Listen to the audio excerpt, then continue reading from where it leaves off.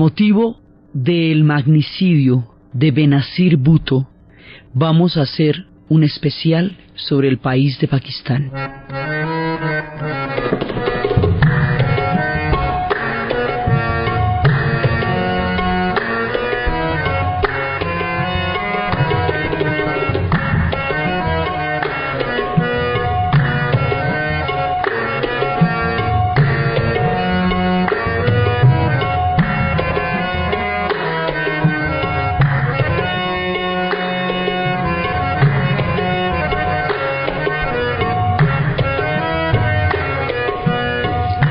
El país llamado Pakistán hoy se ve abocado a una situación muy complicada porque su salida a la modernidad está, digamos, hacia una democracia y hacia una vía distinta al militarismo y al fundamentalismo está en entredicho después del magnicidio de Benazir Bhutto. Pero vamos a contar de dónde viene este país, qué ha pasado en él y cómo son las condiciones que ahorita lo tienen en una circunstancia tan difícil.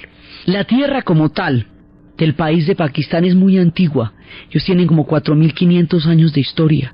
Son parte del Valle del Indo, parte de las antiguas civilizaciones de Mohenjo-Daro estuvieron allá. Grandes historias han pasado por esta tierra. Son una civilización muy antigua en el tiempo. Hablan hoy por hoy un idioma que se llama el Urdu, distinto al hindi. Tienen toda una trayectoria. Por allá ha pasado todos. La condición de Pakistán ha hecho que en esas tierras hayan pasado 1000 invasiones. Por allá estuvieron la civilización hasta 1700 antes de Cristo, las primeras civilizaciones del Valle del Indo. Luego pasaron los persas, los griegos, los escitas. Mucha gente pasó por allá, pero los que van a tener una influencia muy grande en esta zona de Pakistán son los mongoles, porque van a crear el imperio mogol. O sea, los mongoles de la India. El imperio mogol va a desarrollar una impronta fundamental en esta zona del mundo. Esos mongoles que les tocan a ellos, ya digamos como mogol, son una versión sofisticada y refinada de los mongoles. Digamos, a ellos les tocó como un estadio superior de los mongoles. Y ellos llegaron a tener allá todo un bagaje cultural importantísimo, y a través de ellos van a entrar en contacto, pues van a institucionalizar el Islam como religión. Entonces ahí va llegando el Islam y los va formando en parte de esa área. El territorio como tal, o sea, lo que es Pakistán, formaba parte del subcontinente de la India. Y fue cuando el régimen del imperio mogol se desintegra, los británicos, que ya hace rato se habían ido metiendo poco a poco, van a aprovechar la desintegración del mundo de los mogoles para entrar a expandir las fronteras hasta que todo el territorio va a quedar en manos de los británicos. Todo. Aquí tenemos un solo territorio en lo que se llamaba la India y Pakistán. Es un solo territorio y está, a partir del momento en que los mogoles desaparecen ya como hegemonía, en manos de los británicos. Una vez que los británicos entren allá, quieren controlar toda la zona, porque la India era la parte más importante de todo el imperio británico. Era la perla del imperio, era desde allí que administrativamente se gobernaba todo el imperio. Digamos, toda la estrategia geopolítica de la Gran Bretaña está fundamentada en la India. Por lo tanto, lo que más se puedan expandir por esa zona, mejor, más chévere, porque más controlan el punto central de todos sus dominios. Arriba de este territorio que controlaban los británicos, está un país, digamos un territorio, pero ahorita aquí no existían los países en este momento. Estamos durante el Imperio Británico, siglo XIX, finales del siglo XVIII y siglo XIX, no existían los países en esta zona, no había estados nacionales. Entonces estamos hablando de un mismo territorio.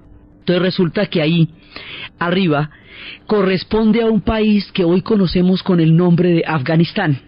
Ese país que conocemos con el nombre de Afganistán fue parte de la ruta de la seda, del imperio persa, de todo el paso de las civilizaciones. Las zonas del Asia Central fueron en un momento de la historia los puntos de mayor civilización y de mayor contacto entre los conocimientos de los pueblos. No son pueblos en guerra como se ven ahora, fueron pueblos que desarrollaron altos niveles de civilización, y es importante anotar eso por el respeto y la dignidad que esos pueblos merecen. Entonces resulta que en esa zona hay un paso por las montañas que es el único posible antes de la era de la aviación. Se llama el Paso Khyber.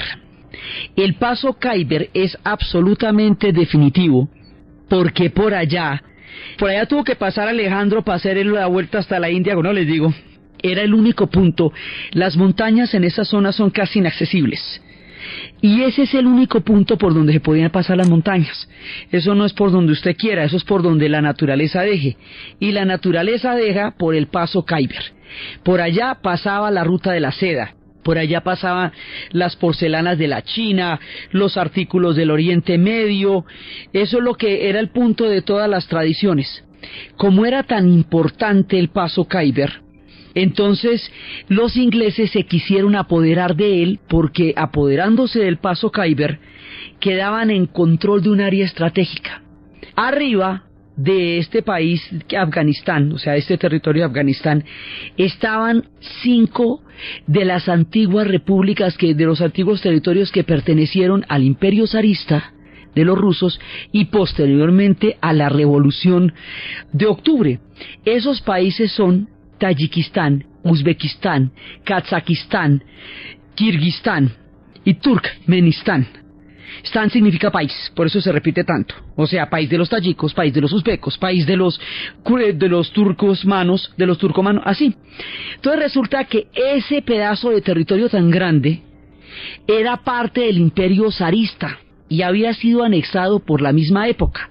Como quien dice que ahí había un reparto de imperios disputándose el Asia Central entre el imperio de los zares, que se expandía y el imperio de los británicos, que se quería expandir también, y los turcos otomanos, que hacían lo suyo. Por eso a los ingleses les interesó conquistar, además del gran territorio, ese pedazo de lo que sería en el futuro Afganistán.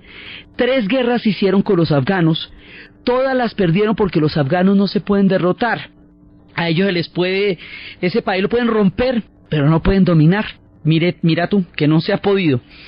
Entonces resulta que a pesar de que perdieron las guerras con los afganos, se tomaron la frontera y la extendieron hasta el Paso Khyber. O sea, si no me lo das cogido, lo tengo. Pues porque 1, 2, 3.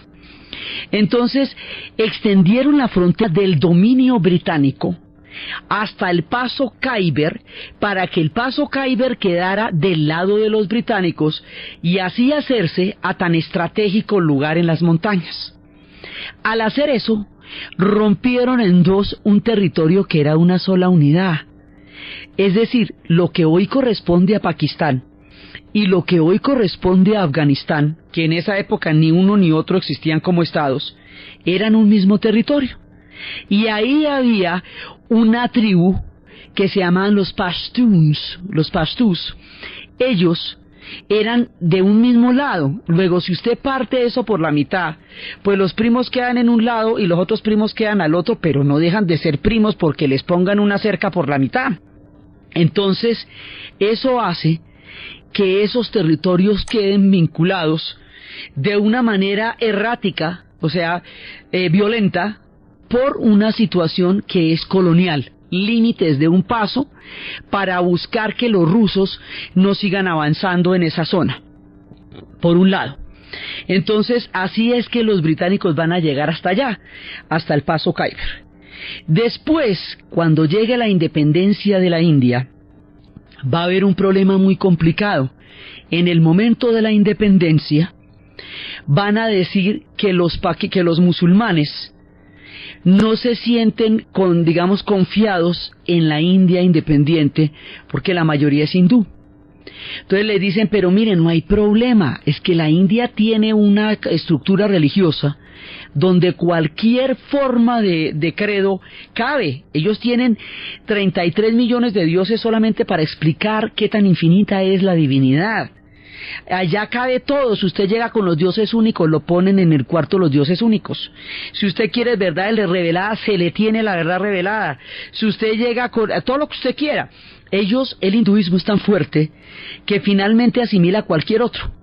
Entonces dicen, bueno, miren, no pasa nada, aquí podemos convivir. Sin embargo, Ali Jinnah, que es la figura, digamos, que pone sobre el tapete el asunto, quiere un estado pakistaní, o sea, un estado musulmán en el norte de la India, que sea independiente de la India. Entonces todo el mundo le dice que eso puede desatar la violencia política. Gandhi dice que la violencia religiosa en la India, una vez que se desata, no se puede controlar, que esos son espíritus terribles, demonios espantosos que no se deben conjurar, pero no había ninguna manera de convencer a Jinnah, porque Gandhi lo llamaba el hombre con un problema para cada solución, porque era un negociador durísimo, y lo más, lo más paradójico es que él negocia y negocia hasta lograr la partición y muere pocos meses después. Estaba enfermo de muerte en esa época, pero dejó armada una tragedia que no ha podido todavía solucionar. Entonces empieza una partición que va a ser en sí misma catastrófica, porque va a traer unas consecuencias de violencia muy grandes, porque es un desplazamiento. Toda la gente que está en el sur de la India va a llegar hasta el norte, los que son musulmanes, y todos los que están en el norte de la India van a llegar hacia el sur, los que son hindúes. Gandhi, como era hijo de madre hindú y de padre musulmán, entendía perfectamente las dos caras de la India y del conflicto, y él va a estar permanentemente oponiéndose a esto, tanto que en un momento dado él llega a decir: si es el caso, yo hablo con los musulmanes, hasta les prometo que ellos gobiernen la primera fase de la independencia de la India, si toca, mejor dicho, la que sea, con tal de evitar la partición. Pacto con ellos lo que haya que pactar, pero evito la partición a toda costa.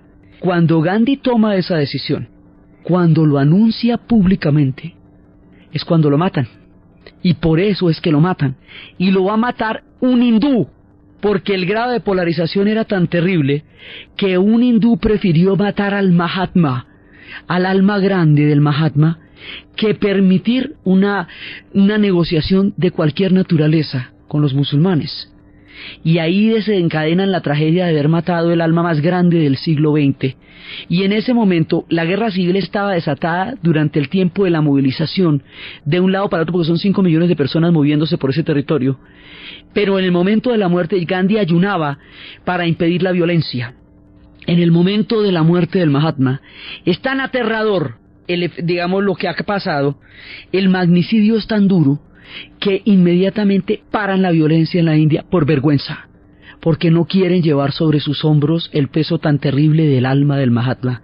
Y después fue un año de guerra civil durísimo, pero para inmediatamente después de la muerte de él, y se tienen que poner de acuerdo, porque eso ya es transgredir límites cósmicos que ellos mismos no hubieran querido.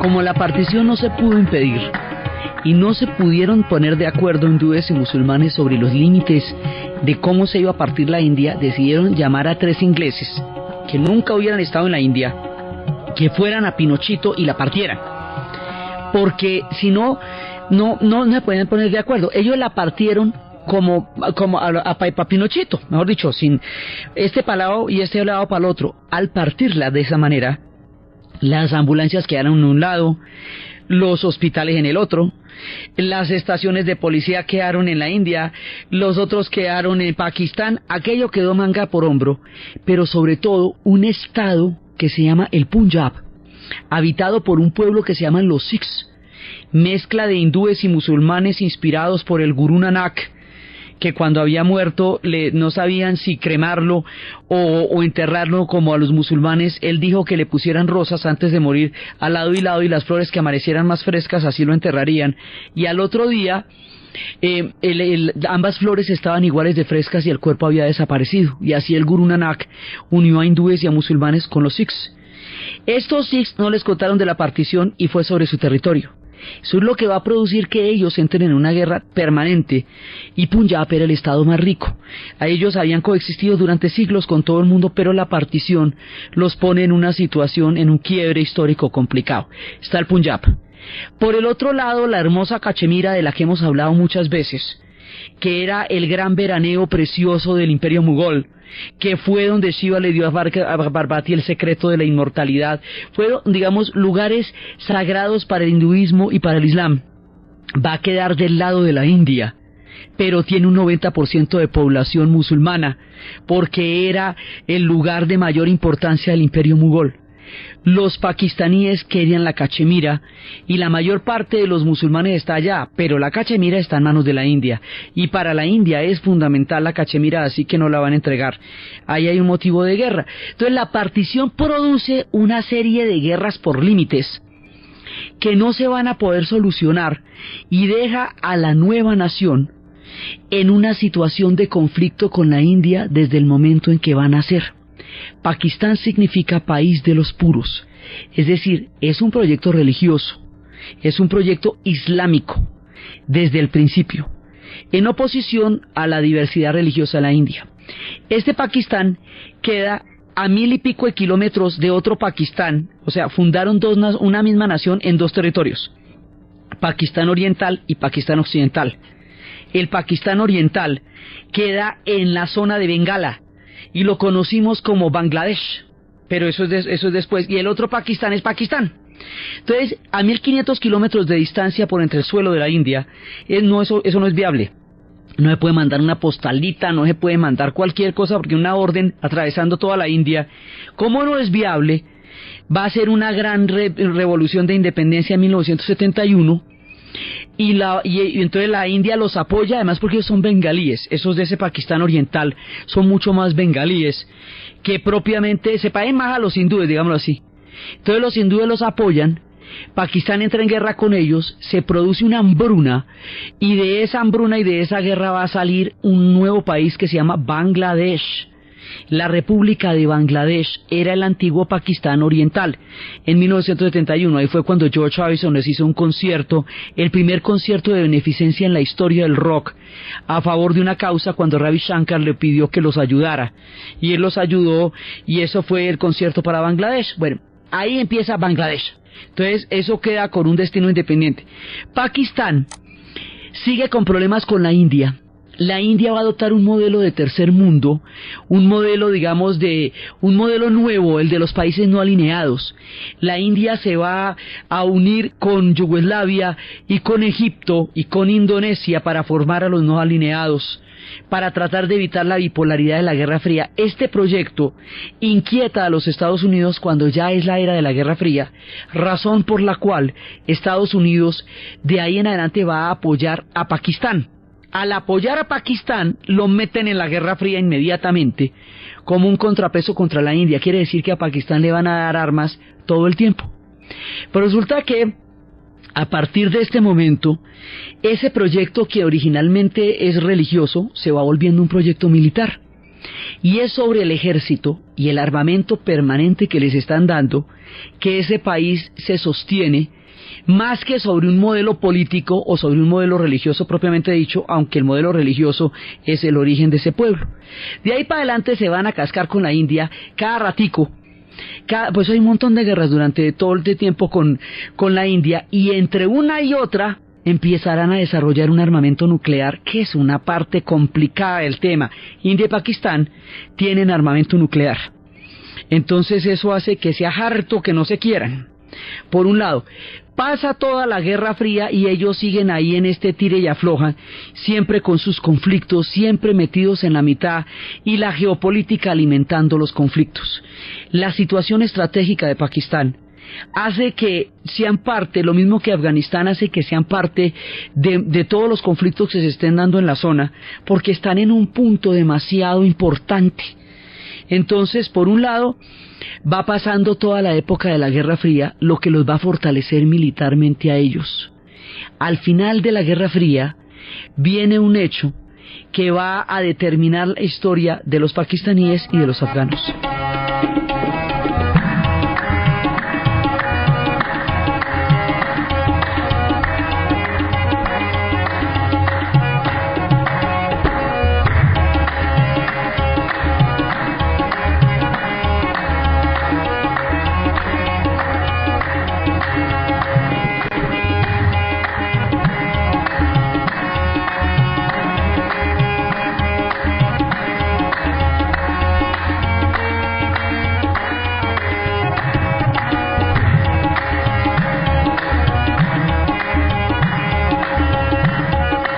El hecho que cambia, digamos, la estructura de lo que está pasando aquí o la hace mucho más difícil es la invasión de los rusos a Afganistán.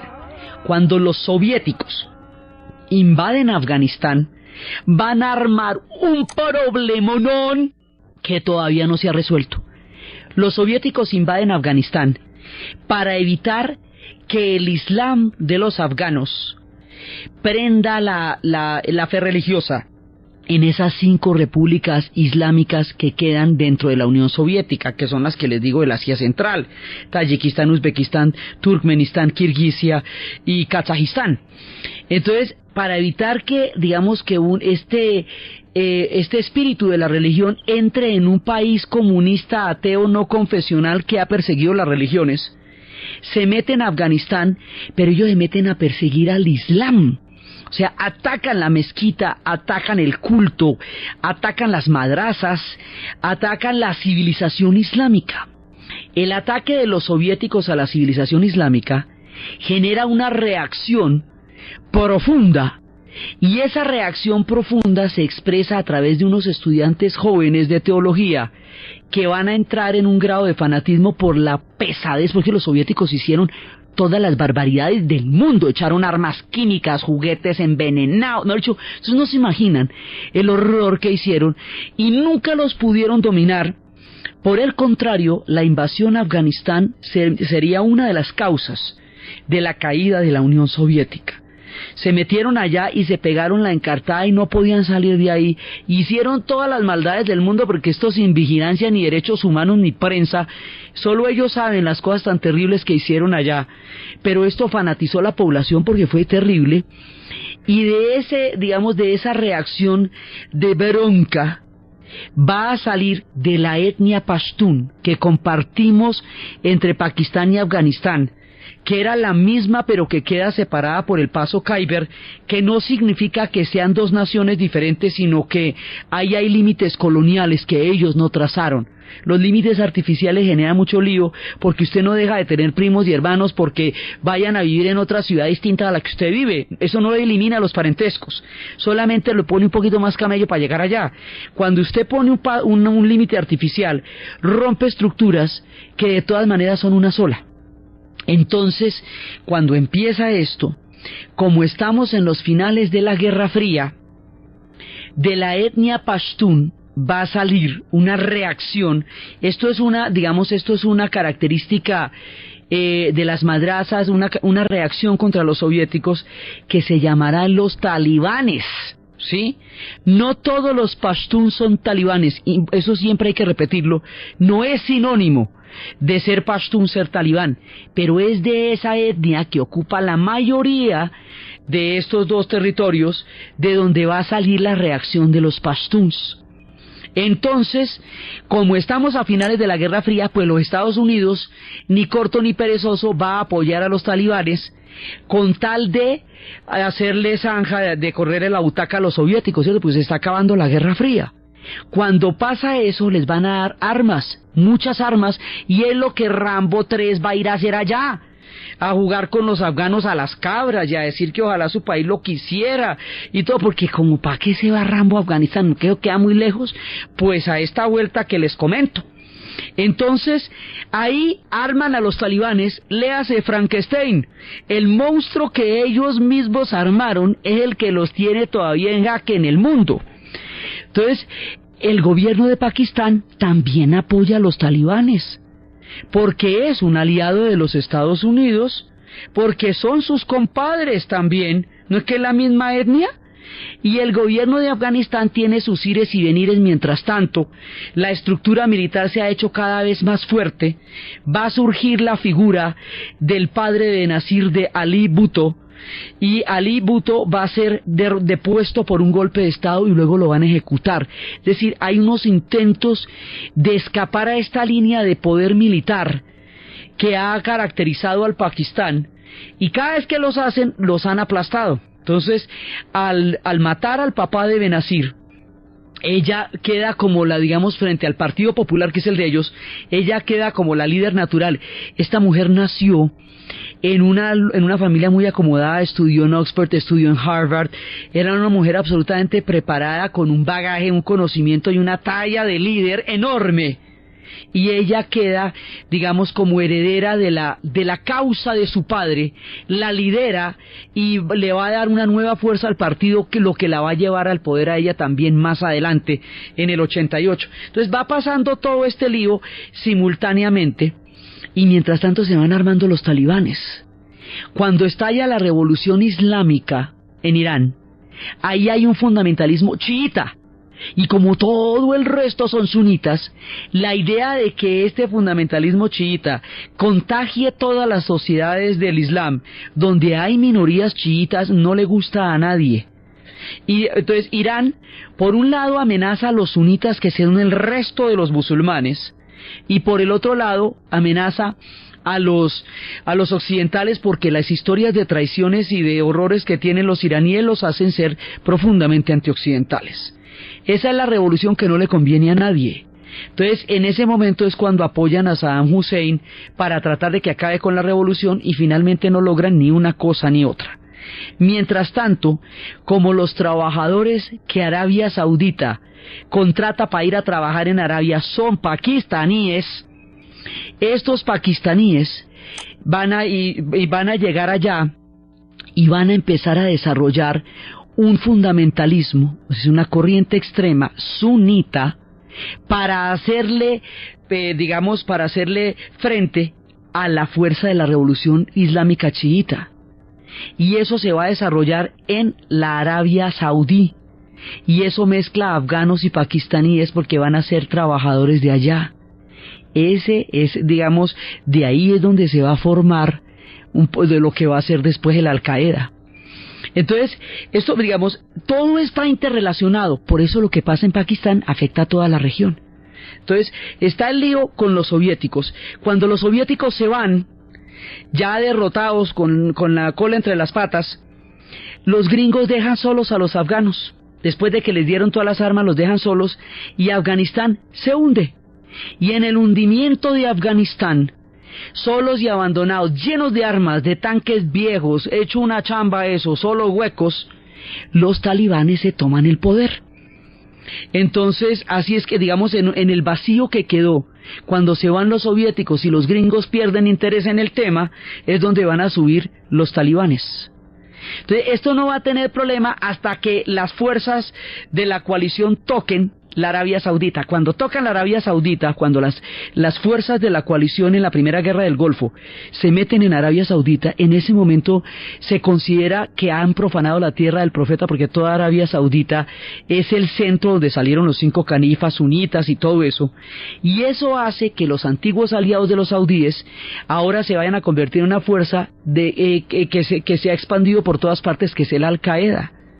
Entonces, ahí hay, digamos, parte de todo eso, o sea, todo esto se va conectando. Entonces, esto quiere decir que Pakistán tiene un problemonón con India, no resuelto por la Cachemira y por el Punjab. Tiene un problema con Afganistán, porque allá viven sus mismos compadres, son primos, porque la misma etnia que de donde salieron los talibanes es la etnia de ellos. porque como aliados estratégicos de los Estados Unidos apoyaron a los talibanes en su lucha contra los soviéticos, y ahora todo esto se les devuelve, y al mismo tiempo están intentando salir adelante con una democracia. O sea, estaban intentando mezclar todas las fuerzas a la vez en el huracán del ojo de la historia.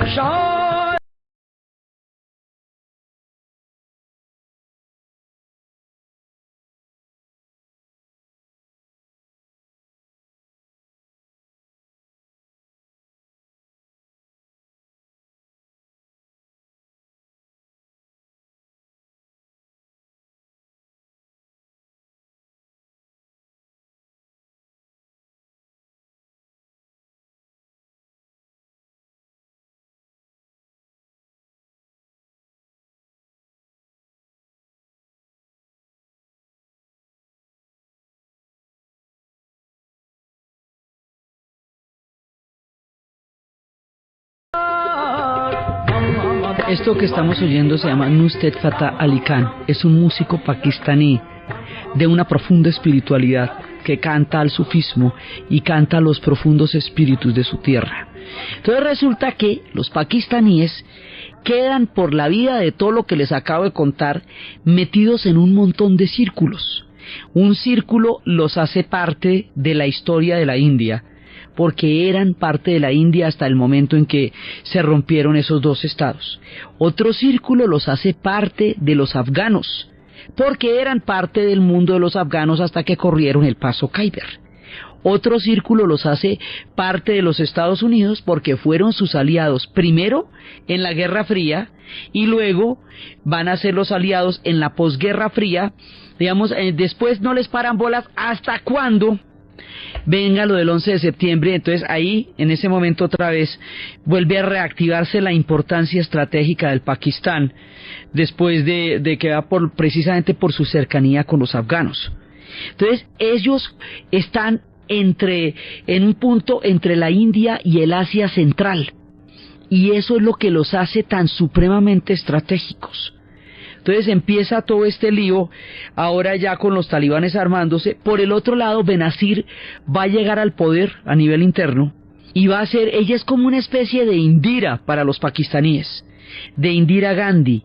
Ella es como una madre para esa nación. El magnicidio no solamente produce una inestabilidad política terrible, sino una sensación de orfandad, porque esta mujer era una madre para ellos. Entonces, ¿cómo llega una mujer al poder en un país islámico por primera vez?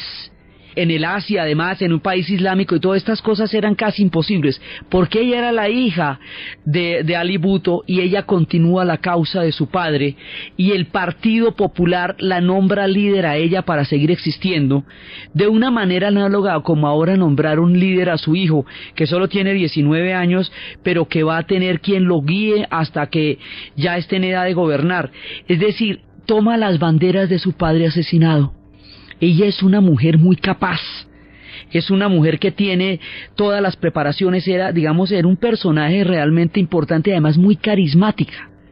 Pero una de las variantes de la complejísima política del Pakistán es que al que gobierne le montan cargos de corrupción. O sea, los cargos de corrupción se utilizan como un arma política para desprestigiar a los gobernantes que no correspondan a la casta militar, que es la que ha estado en el poder desde que se creó el país. Entonces el mismo cuento que le montaron al papá, se lo van a montar a ella, y la van a deponer del poder, pero ella ahí queda viva, pero la deponen del poder, ella dura 2 años, y luego se tiene que ir para el exilio, y otra vez vienen los militares. Su padre había reaccionado contra Shia, Shia fue el que le hizo el golpe de estado y el que lo ejecutó. Ella va a encabezar la oposición contra Shia, que fue el militar que asesinó a su padre, y ahora a ella la van a deponer con los mismos cargos de corrupción. Por eso esas cosas no son claras allá, porque eso tiene un carácter político que es sumamente difícil de manejar. Ella está en el exilio y entonces en algún momento regresará. Mientras tanto, la guerra en Afganistán se va convirtiendo, primero los dejaron solos, luego cuando viene lo del 11 de septiembre, el mundo que más o menos había logrado una cierta estabilidad y un cierto, digamos, una cierta tranquilidad en los conflictos. Ya se había medio arreglado lo de Yugoslavia, que fue el conflicto más grave hasta ese momento. Todo estaba como componiéndose. Después del 11 de septiembre cambia el orden mundial. Entonces ya no estamos en la posguerra fría, sino en el primer año de la era antiterrorista.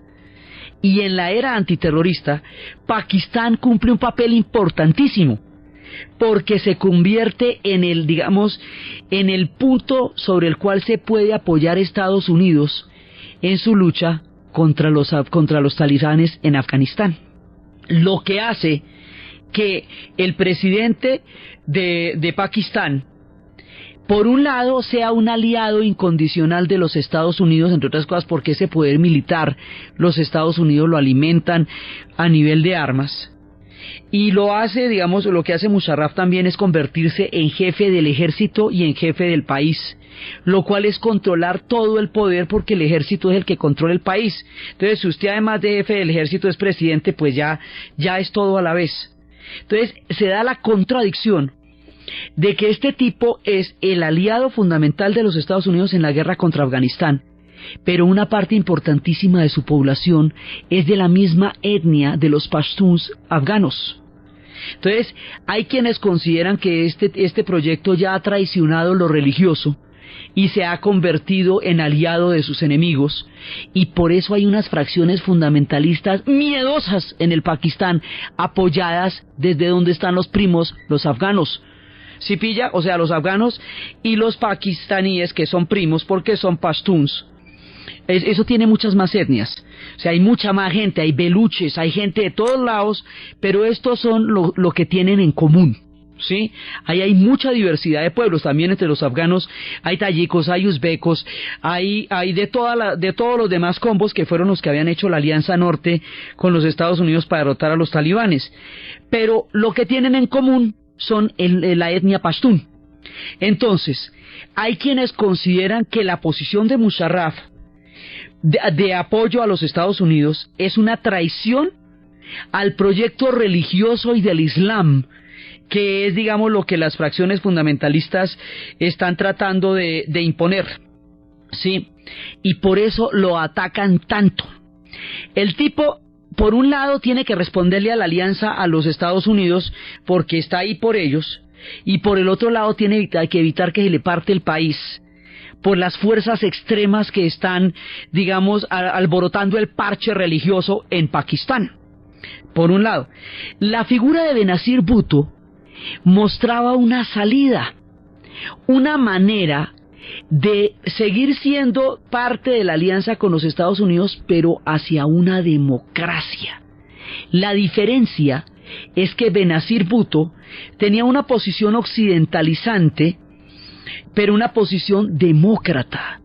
Eso es lo que ellos nunca han podido vivir, porque el estamento militar ha controlado la vida de ellos desde que nacieron como Estado independiente. Entonces ya les digo, ellos como territorio y como pueblo son antiquísimos. Inclusive se habla que los pashtuns eran parte de las 12 tribus perdidas de Israel que nunca regresaron. Bueno, eso tiene una cantidad de leyendas, pero como país son muy recientes.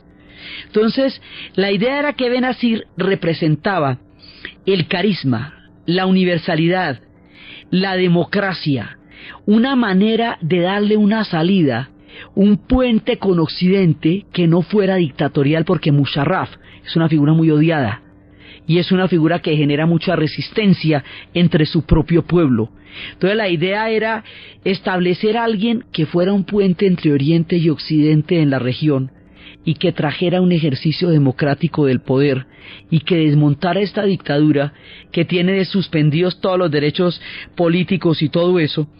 Eso era lo que ella representaba, ¿sí? Era una, digamos, esa ventana, ese punto de unión entre unos y otros. Aparte de su belleza, su gracia personal, su preparación, todo su bagaje, su nivel de representación y simbolismo en este conflicto era altísimo. Por eso es tan triste y tan aterrador que hayan apagado esa luz para el Pakistán.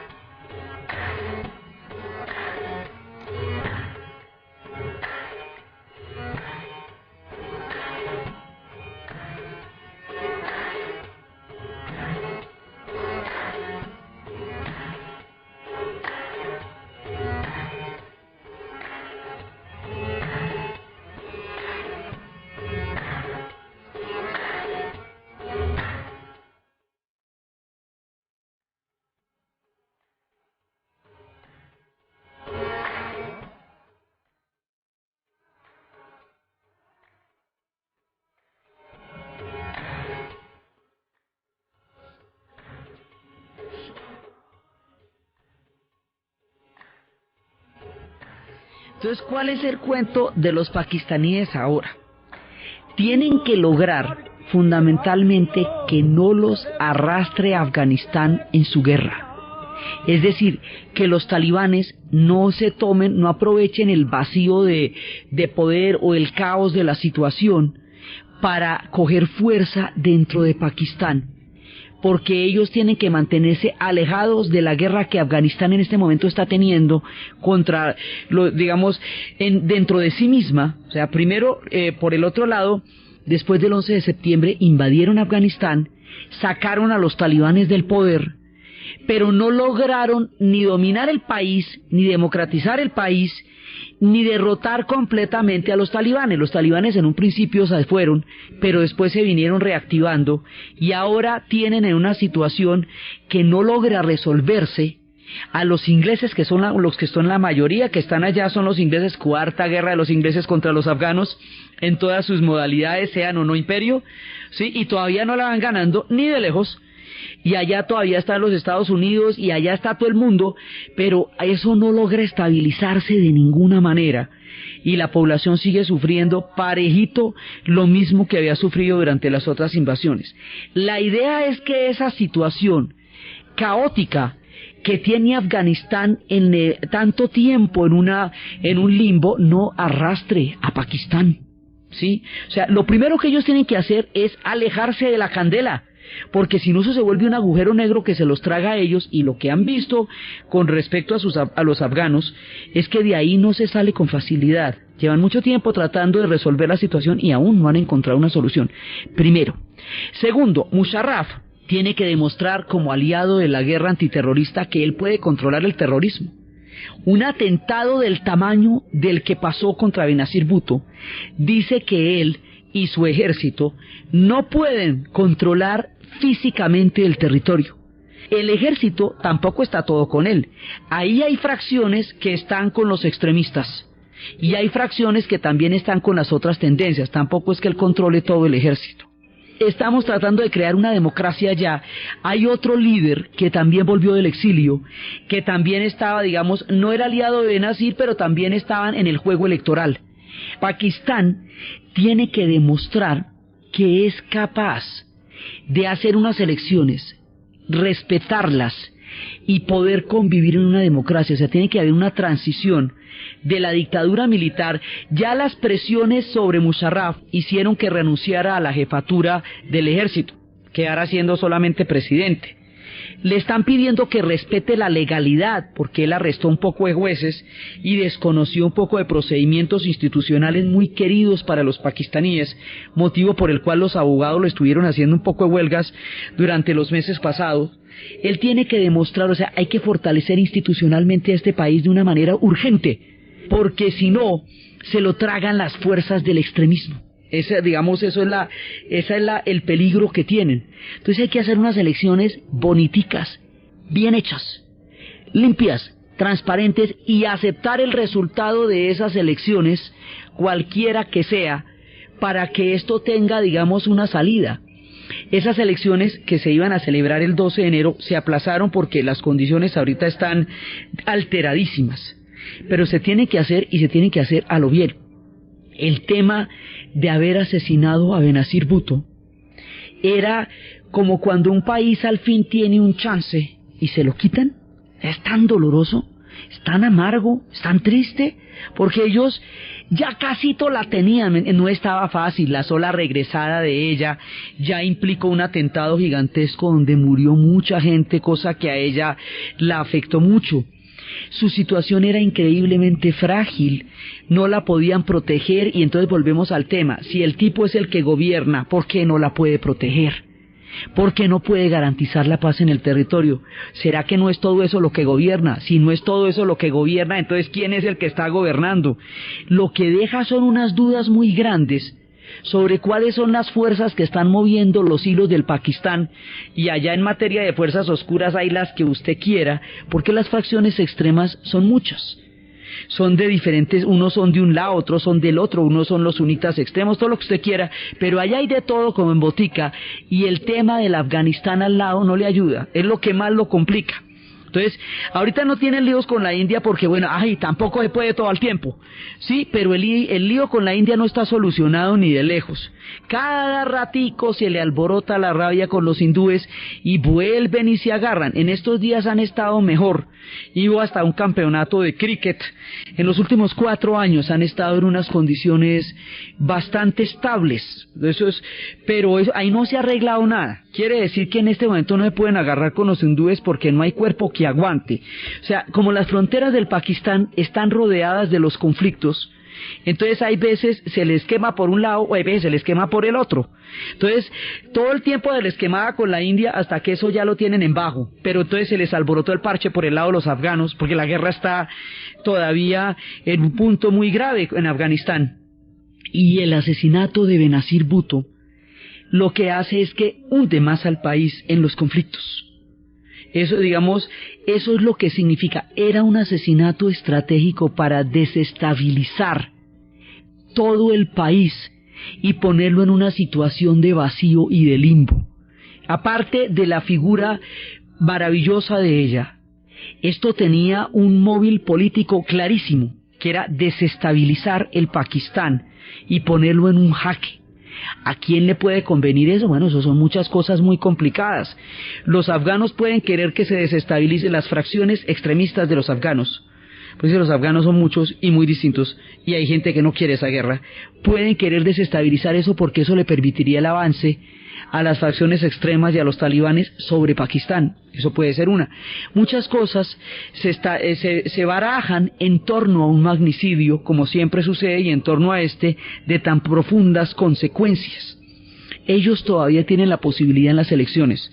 Ahora, para que el partido continúe, fue que nombraron al hijo, para que haya una bandera del Partido Popular, y le dieron a ese pobre muchachito de 19 años el anillo del Señor de los Anillos. Ese pobre muchachito se le acabó la vida con esto, porque de aquí para adelante le montaron sobre sus hombros una causa tremenda, la causa de su madre asesinada y de su abuelo asesinado, y de ser el futuro y la esperanza de una democratización posible en el Pakistán, y el pelado es un pelado ahorita. Entonces, pero ahí continúa el partido con él. El otro opositor que también quiere una democratización es el otro partido que está luchando por la legalidad de unas elecciones. Entonces, el fortalecimiento institucional de Pakistán es la primera garantía, el primer salvoconducto contra las guerras que lo acechan. La reacción de la gente por el magnicidio de Benazir Bhutto ha sido terrible. En todas partes ha habido disturbios y violencia porque la gente se ha sentido herida, huérfana, cercenada de una esperanza y de una luz.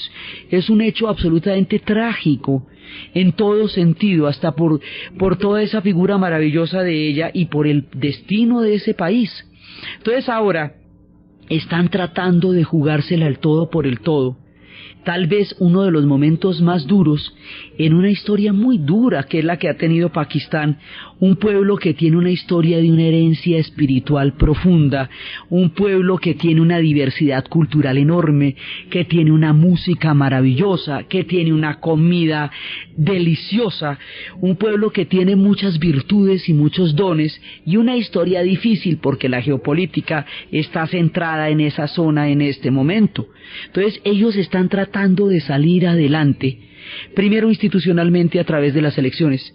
Segundo, hay que tener la garantía de que Musharraf sí va a permitir un proceso electoral y lo va a respetar, y va a permitir que haya garantías y libertades políticas lo suficientemente claras y transparentes para que el proceso electoral sea en realidad un proceso verdadero que refleje la opinión de todo el pueblo pakistaní. Entonces, todas esas circunstancias rodean a este pueblo que está en el ojo del huracán, tratando de bordear el difícil camino de todos los vientos de la historia encima de ellos, con el dolor de una madre muerta, que era lo que significaba ella para su pueblo, con la búsqueda de una solución que no los hunda en todos los conflictos que los rodean y en los fundamentalismos que los acechan, con la ayuda que Occidente les debe dar ahorita, porque es importantísimo fortalecer ese país. Ahora, ellos son tan importantes para Occidente por eso, porque el susto de que una inestabilidad en Pakistán desestabilice toda la región, que de suyo ya está manga por hombro, si ahí está Afganistán, Irak, Irán, ¿cómo le parece el parche? Entonces la idea es que Pakistán por lo menos se logre mantener a flote de todos los huracanes profundos que estremecen las tormentas del desierto de estas zonas. Por eso es que es tan importante la estabilidad de Pakistán.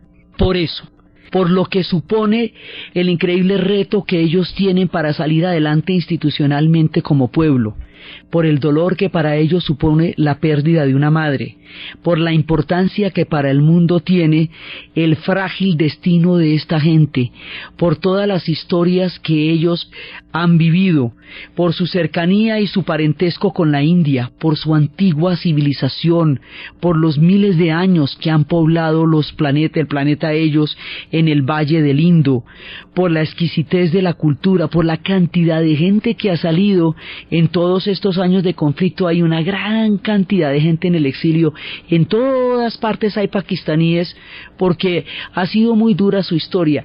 Por todas estas circunstancias, por el interrogante que suponen, por el estremecimiento que le dieron al mundo con esa noticia, hicimos hoy un especial de Pakistán, intentando aproximarnos de alguna manera a una realidad tan compleja y tan relacionada con los conflictos de nuestro tiempo, como un homenaje a Benazir Bhutto y como una manera de desearle buen viento, buena mar y suerte a un país asomado tan peligrosamente al abismo como están en este momento los pakistaníes.